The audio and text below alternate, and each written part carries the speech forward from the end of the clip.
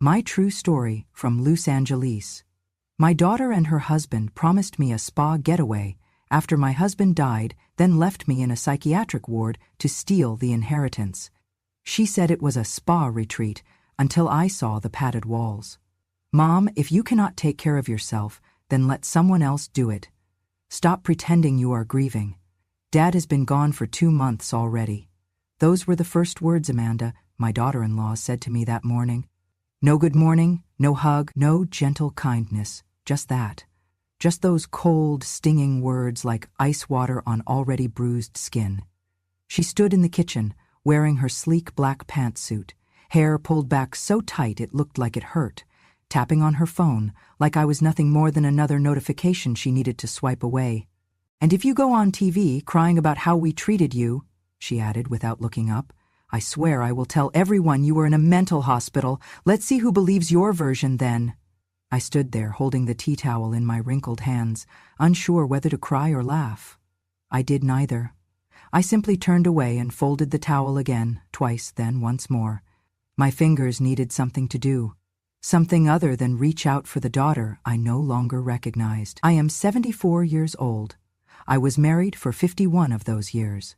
My husband, Charles, passed away in our home, in our bed, just 72 days ago. I counted every single one since he took his last breath. I still woke up sometimes expecting to hear the creak of his footsteps, the way he always cleared his throat before speaking, like he was about to say something profoundly important, even if it was just to ask if we still had orange juice. After his death, I stopped sleeping. Nights became long tunnels of silence, broken only by the distant hum of traffic and the ache of memories. My hands would reach out in the dark and find only empty sheets. The house we built together, where every room held some echo of him, became unbearable. Amanda and Evan, my daughter and son-in-law, offered to take me in. You should not be alone right now, Amanda said the day of the funeral. She wore sunglasses inside the house and dabbed at eyes that had not shed a tear. Come stay with us for a while. Let us take care of you. At first, I thought it was love. Grief does that. It makes you want to believe in people again. I moved into their Los Angeles home, a sleek modern place with no pictures on the walls and no warmth in the corners. I had my own room, yes, but it felt borrowed, temporary, like a hotel that forgot to clean properly. The first few days Amanda was attentive. She brought me herbal tea, asked if I had eaten, suggested yoga videos. Then things shifted. Subtle at first. She began sighing loudly when I spoke too slowly. She corrected my sentences. She told Evan, within earshot, that I was getting worse. I tried to stay out of their way. I folded laundry that was not mine, reorganized the pantry, dusted the windowsills. I did not complain when my bathroom toiletries were replaced with generic brands or when my crossword puzzles disappeared. Then, one evening, Amanda brought up the idea of a retreat. It is in Beverly Hills, she said, sitting across from me with a cup of coffee she never offered to share. A really high-end wellness spa. You deserve it, Mom. After everything. It is time you focus on healing, mentally and emotionally. I blinked at her. A spa? Yes, like a retreat, just for a few days. You will be pampered, have people check in on you, you can journal, meditate, whatever, reset. I hesitated. It is all covered, she added quickly. Dad had that old insurance policy, remember?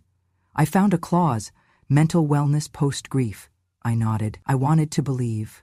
I wanted, more than anything, to trust my daughter. If she was trying to help me start again, then I had to meet her halfway. That Saturday, Evan drove. Amanda sat beside him, sunglasses on again. I sat in the back seat, holding my handbag and wearing a cardigan Charles bought me 10 Christmases ago. I stared out the window, watching the city blur past, billboards, palm trees, lives I would never know. It took nearly an hour. When we arrived, the building looked sterile, tall and gray like a medical center. But Amanda smiled and said, "It is a wellness complex. Looks are deceiving. High-end stuff, Mom." We parked. As I reached for my purse, Evan gently pulled it away. "They do not allow personal items inside," he said. "No phones, no bags. It is all part of the program.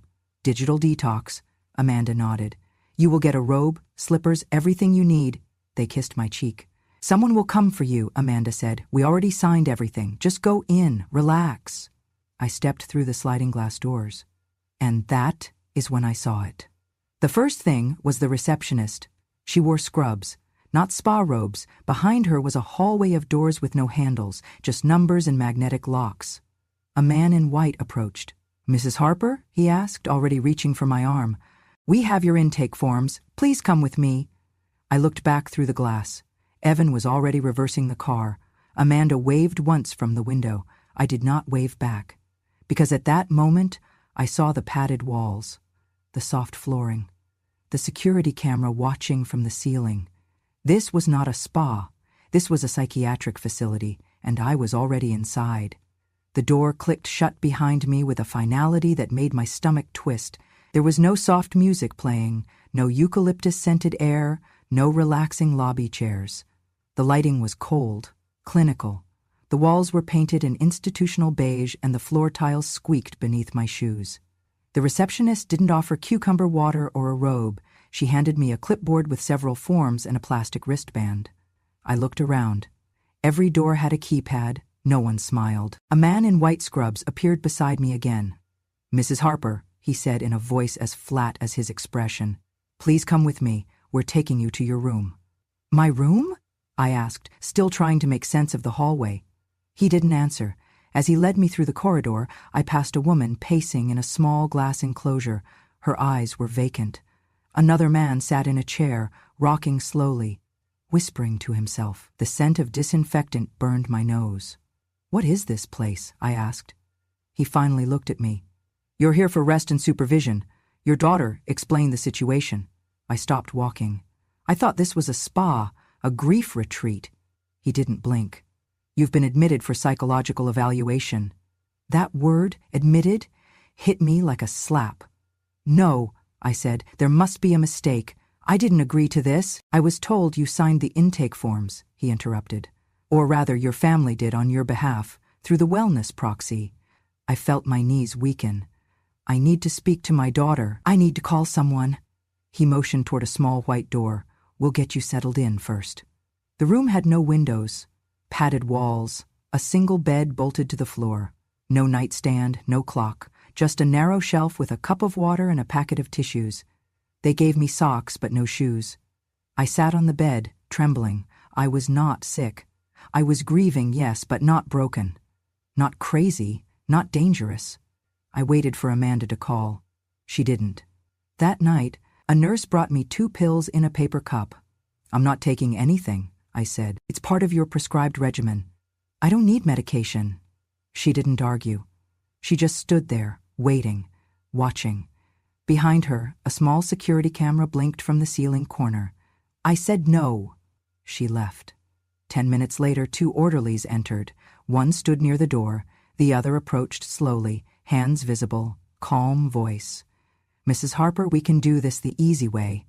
That night, I swallowed the pills. The next morning, I woke up groggy, unsure how much time had passed. My head throbbed.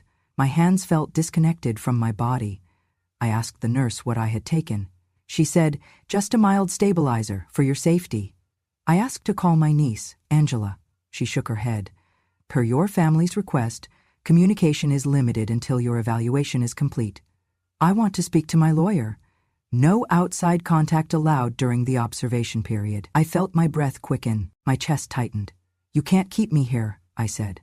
The nurse simply smiled. "You're here voluntarily. You signed in." But I hadn't. Amanda and Evan had. And now I was trapped. Days passed. I couldn't tell how many. There were no clocks, no windows, no sunlight. Just routine, meds, meals, blood pressure checks, group sessions I wasn't allowed to skip. A man cried in his room every night. A woman screamed every morning. I memorized the creak in the hallway floorboards when the nurse rolled her cart.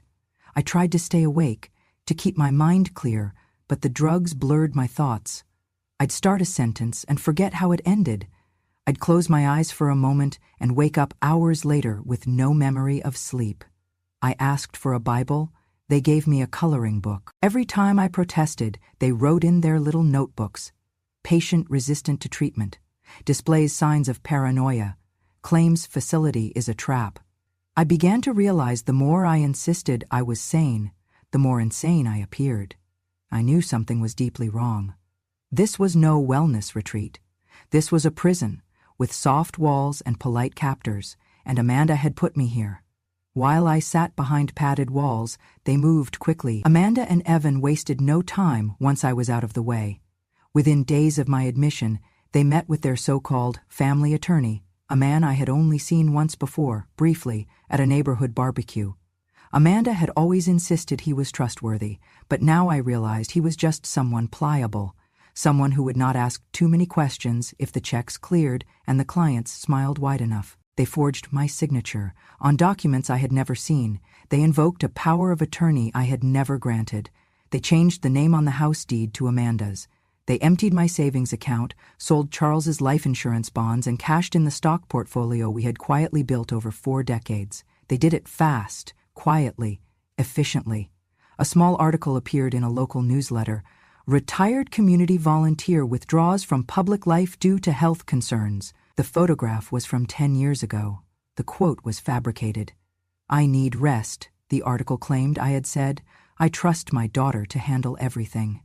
The betrayal was so bold, so cruel, it almost became elegant. But even in the fog of sedatives and the glare of surveillance, I held on to a single thread of clarity: hope. Charles had been a quiet man, loyal, soft-spoken. Most knew him as a retired engineer who spent his weekends building birdhouses. What they did not know, not even Amanda, was that Charles had spent the first 12 years of his life in government intelligence. Nothing glamorous, nothing cinematic, just low-level information security. But habits learned in those years never left him. He double-checked every lock. He created backup plans for everything: retirement, power outages, even his own funeral. And he never, ever gave a gift without a reason. The week before he died, he handed me a small velvet box. "Just something simple," he had whispered. "A pendant, for when I am gone." I had worn it every day since. Now, curled on the bed in that sterile room, I lifted the pendant and held it in my hand. It was heavier than it looked, silver with a tiny engraved dove. But when I pressed the back, I felt it, a tiny indentation, almost imperceptible. I clicked it. Nothing happened. At least, not in the room, no lights, no sounds. But I knew my Charles. It was not just a pendant, it was a GPS tracker, a voice recorder, a lifeline. I pressed the center 3 times, just like he'd taught me long ago when we played with one of his old demo models. A soft vibration pulsed through the chain. That meant it was live. Somewhere outside these walls, a signal had been sent, and if anyone was going to follow it, it would be Angela. Angela, my late sister's granddaughter. A tough, determined young woman who wore a badge and a braid and never backed down from anything. I had told her once, in a whisper and a hug, "If anything ever happens to me, follow the pendant." Now, I could only hope she remembered, because I could not scream in here, I could not fight my way out, but I could wait. And now, someone out there might finally be listening. I clutched the pendant beneath my shirt and closed my eyes. My husband's voice echoed in my mind, calm and steady as it always was. "If you ever disappear," Charles had said, just days before he passed, "that necklace will speak for you." I had smiled then, half amused, half touched. "Disappear? What do you think I am, Charles, a spy?" He only gave me that little grin of his, the one he wore when he knew something before I did. But now, sealed inside a place that treated grief like delusion and fear like a symptom, I was counting on his words being true. Angela was the only person I trusted enough to know. She was my sister's granddaughter, and while the bloodline between us wasn't direct, the bond had always been fierce. She was a police officer now, sharp and bold, with a moral compass strong enough to rattle walls. I had raised her like one of my own, especially after her mother passed. And before Charles died, I told her plainly, "If I ever go missing, or if anyone tells you something that doesn't sound like me, track the necklace. It has a locator. Charles built it. You'll know what to do." Angela hadn't laughed. She'd just nodded and said, "I will, Grandma. I promise." And now I was praying she meant it. Across town, in a modest apartment in Glendale, Angela was brushing her hair when her phone buzzed. The alert came from a program she never deleted, even though it had never gone off before. Harper_GPS_signal_activated. She dropped the brush. Within minutes, she had her badge, her laptop, and the tracking tablet Charles had mailed to her years ago. The signal pulsed from the edge of Beverly Hills, near a building registered under a private mental health facility. Angela's heart raced. She hadn't heard from me in 2 weeks. Amanda told her I had gone on a spiritual cleanse retreat and was unplugged. That had seemed off. Now it felt sinister. She didn't call the facility. She didn't show up in uniform. She went undercover. Angela borrowed a white coat from a friend at the precinct's evidence locker, tied her hair up, and walked into the facility's front entrance the next morning with a clipboard in hand and confidence on her face. "I'm with patient intake auditing," she told the front desk nurse. "Department of Mental Health cross-check." The nurse looked her up and down, uncertain. "Name?" Angela asked, before the nurse could challenge her. Whitley." Angela scribbled something. "Pull up the long-term inpatient list. I need to verify GPS clearance for one of the units." The nurse blinked. "GPS?" "Routine scan," Angela replied. "Some patients come in with digital bracelets or medical tags. It's a privacy issue. Just names." Reluctantly, the nurse handed over a list. Angela scanned it, finding what she needed. Eleanor Harper, room 313. Long-term evaluation. Family holds proxy. Angela's stomach turned. That was all she needed. She made her way down the hall, counting doors. When she reached room 313, she paused. The door had no window, just a small rectangular slot near the bottom for food trays. Angela crouched, pressed her eye to the opening, and saw me. I was sitting on the floor, knees drawn up to my chest, holding the pendant in my hand like a lifeline. My hair was disheveled, my eyes sunken, but I was awake, alert, breathing. Angela tapped lightly. I looked up, and I saw her. Through the gap, I saw her familiar eyes, those same determined eyebrows, the jawline that reminded me of her mother. Tears welled instantly. I pressed my fingers to the slot. She did the same. We didn't speak. We couldn't. But in that moment, we didn't need words. She saw me. I was not alone. Angela stood up, her jaw tight now. She walked calmly back to the elevator and out the building. Her heart was pounding, but her mind was razor sharp. She had seen enough. Grandma hadn't gone to a retreat. She had been locked away. And someone, somewhere, was about to be held accountable. The walls in that place weren't just padded, they were thin. Thin enough that if you pressed your ear to the right corner, waited until the hallway was quiet, and held your breath, you could hear things you were never meant to hear. And I heard plenty. While I waited for Angela to come back with whatever power or paper she needed to break me out, I played my own part. I kept my voice soft and uncertain. I asked what day it was, even when I knew. I shuffled when I could have walked straight. I let them believe I was harmless, confused, forgotten. What they did not know was that the pendant Charles gave me was still doing its work. With one tap it recorded. With 2 taps it uploaded. I hid it beneath my collar and kept it running every time a nurse stepped inside, every time a doctor mumbled notes outside my door, every time the clipboard flipped and the voices lowered. I caught one nurse, young, distracted, unaware, talking to another near the medication cart. "She's the one with the fancy daughter, right?" the younger nurse said. "Yeah," the other replied. "They want her held as long as possible, said she's unpredictable, dangerous if released." "Seriously?" I heard the daughter say something about inheritance. "Let the doctors do their thing. I'll take care of the rest." I recorded every word. Then, 2 days later, Amanda and Evan returned. I knew they were coming before I saw them, because the staff suddenly stood straighter, like the room had gained a new gravity. Someone brought me a fresh set of socks and fluffed my pillow. The nurse who usually called me Miss Confused called me Mrs. Harper. I sat quietly in the corner of my room and waited. Amanda entered first, her perfume hitting the air like an intruder. Evan followed, looking bored, checking his phone. She crouched beside me like she was comforting a frightened animal. "Hi, Mom," she cooed. "We're just here to take care of a little more paperwork." I blinked at her slowly, just as I had practiced. Evan stepped forward. "Just a formality. You'll be well soon. Everyone says you're improving." Amanda turned to the nurse behind her. "We're requesting to extend her voluntary evaluation. Another 30 days at least. She's not ready. Still very disoriented." "She forgot her own birthday yesterday," Evan added. I smiled inside. Because yesterday I had told 3 different nurses the exact date and year I was born, just to prove I could. The nurse nodded and handed over the clipboard. Amanda signed with a flourish, then leaned toward the doorway to speak privately with her husband, not knowing that my little necklace was picking up everything. "I swear to God," she whispered, "she just won't die. We can't move forward with the house until she's out of the picture. Every extra day costs us money." Evan murmured something I couldn't hear, but Amanda snapped back clearly. "She's in here meditating or whatever while our buyers are waiting. Every day she's alive delays the sale. The market won't wait forever." My stomach turned, but I stayed silent. Let them keep talking. Let them bury themselves. Once they were gone, I tapped the pendant again. Recording saved. Evidence secured.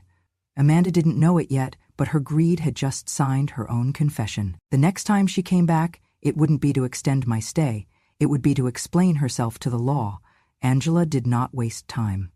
Once she saw me through that narrow food slot, sitting on the cold floor of room 313, she made exactly 1 phone call, from her car. Within 48 hours, she had what she needed. A legal order for inspection, signed by a sympathetic judge she had worked with on elder abuse cases. She brought with her 2 things that mattered more than titles or uniforms: evidence and witnesses. Angela arrived at the facility in full uniform this time, flanked by a civil rights attorney from Elder Justice, California, and a young local reporter who had already covered 2 wrongful institutionalization cases in the county. They did not ask permission to enter. They walked through the front doors with the court order held high, and when the receptionist stammered something about protocol, Angela calmly placed the document on the desk and said, "Then call your administrator, because in 10 minutes we'll be inside, with or without him." The administrator arrived in 7. He was sweating before he opened his mouth. Angela walked past him, her boots clicking with purpose. "Room 313, she said. The moment the door opened, I blinked in the light. My heart pounded so hard I could feel it in my fingertips. For a split second, I thought it was another checkup. Another stranger with a clipboard, another day of playing the fool to survive.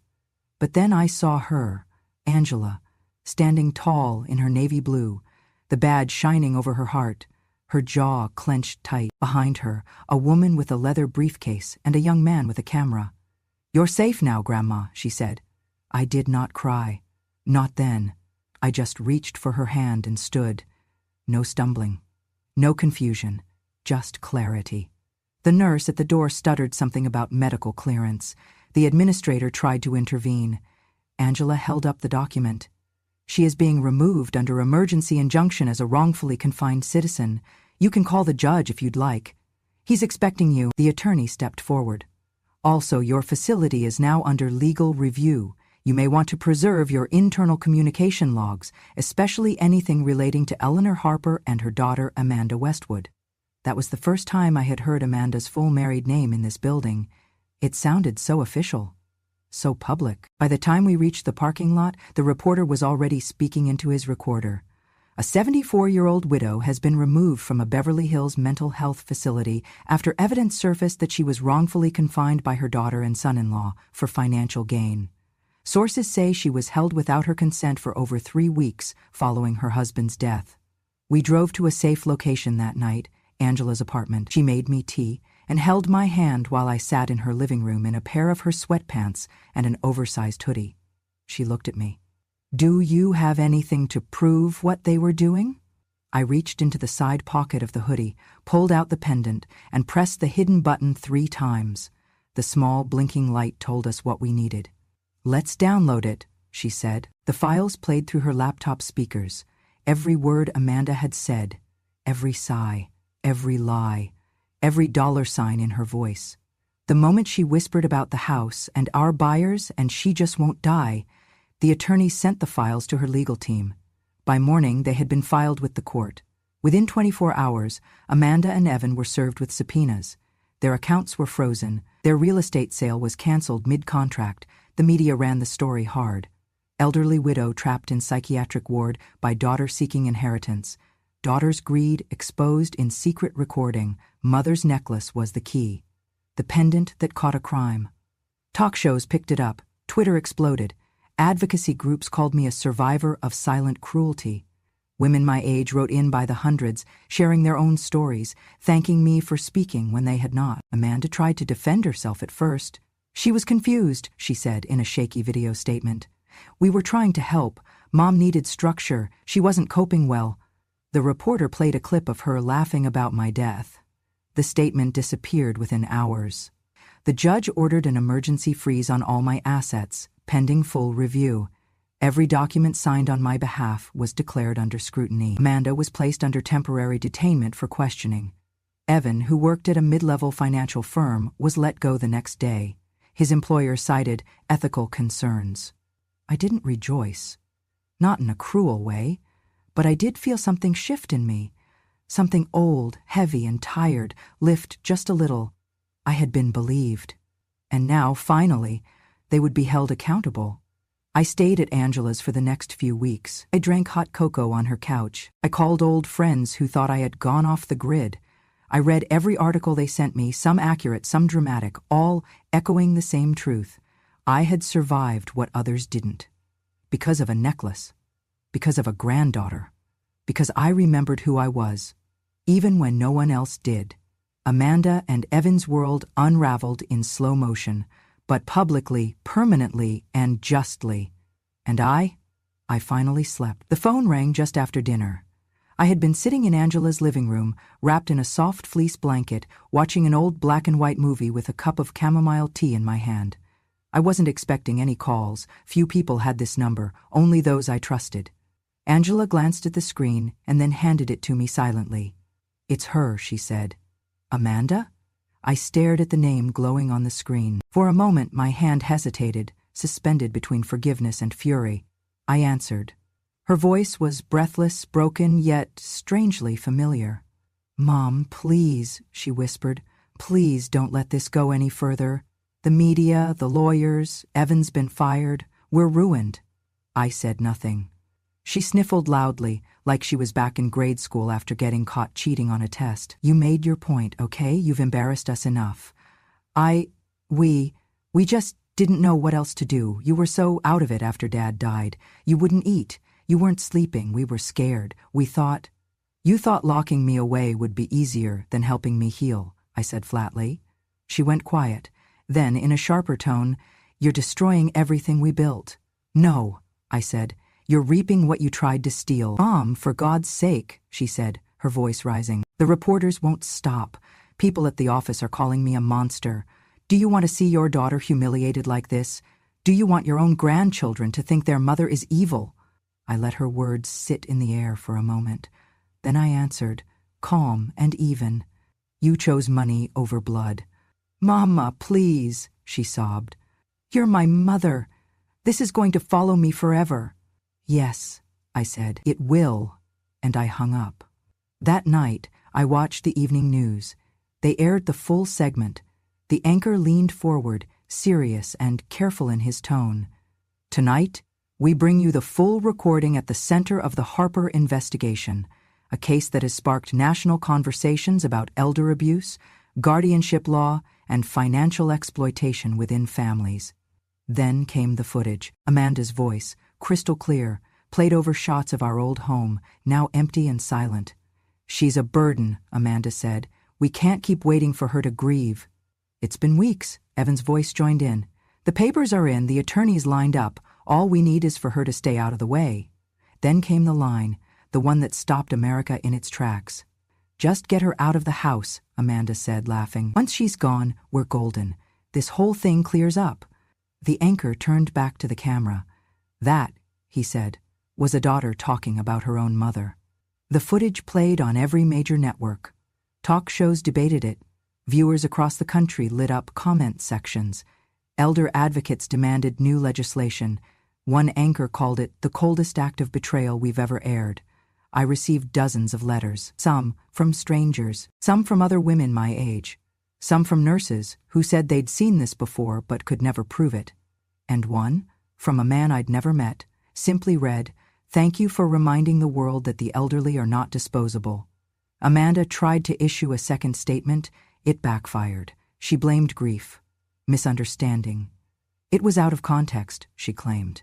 But the context was clear, and I no longer had to defend myself. The truth had spoken. I didn't seek revenge. I didn't demand jail time or beg for restitution. I simply shared what happened, and in the end, that was more powerful than any punishment I could have conjured. Amanda and Evan moved out of Los Angeles within a month. No one knows where they went. The house they tried to steal now belongs to the Harper Foundation for Elder Justice, funded by what's left of my estate and public donations. I walk freely now. I speak freely. I sleep peacefully, because I know this: the worst betrayal is silence, and I am silent no more. I now live in a warm apartment above a quiet street in Pasadena. The sun reaches my kitchen table every morning around 7:45, just in time for my second cup of tea. Birds land on the sill sometimes. I leave crumbs for them. There is no locked pantry, no camera, no hushed voices behind doors. Angela lives here too, of course. She set up the spare room for me after the investigation ended, painted it soft blue, put Charles's old books on the shelf, and placed a photo of the two of us on the nightstand. Our wedding day, 1969. I look younger in that photo, but not stronger. I'm stronger now. Angela is more than family. She is, in every way that matters, my daughter. She speaks truth like it's a birthright. She protected me when my own blood turned cold. We laugh now, real, honest laughter. Sometimes we cry. She calls me Grandma. I call her mine. After the dust settled, I was asked to speak at a local elder advocacy event. They gave me a microphone and a spotlight, and for the first time, I told my story to a room full of people who understood. Some had scars like mine. Some had wounds still healing. Some hadn't yet found their voices. So I used mine. That night, a woman in her 60s hugged me and whispered, "You made me feel brave again." From that moment on, I knew I had work to do. I became a spokesperson for Elder Truth California, a nonprofit dedicated to exposing and preventing elder abuse, especially inside families where shame and silence keep the truth hidden. We held forums, training sessions, and community outreach programs.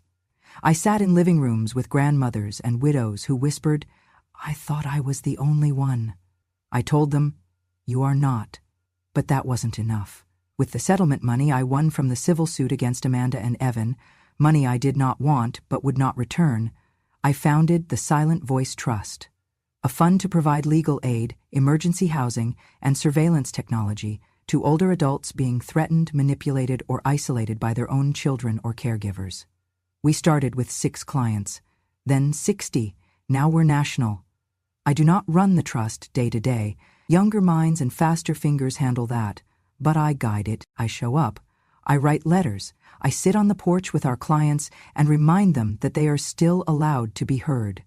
We filmed a video last spring. It was quiet. Just a chair, a lamp, and me.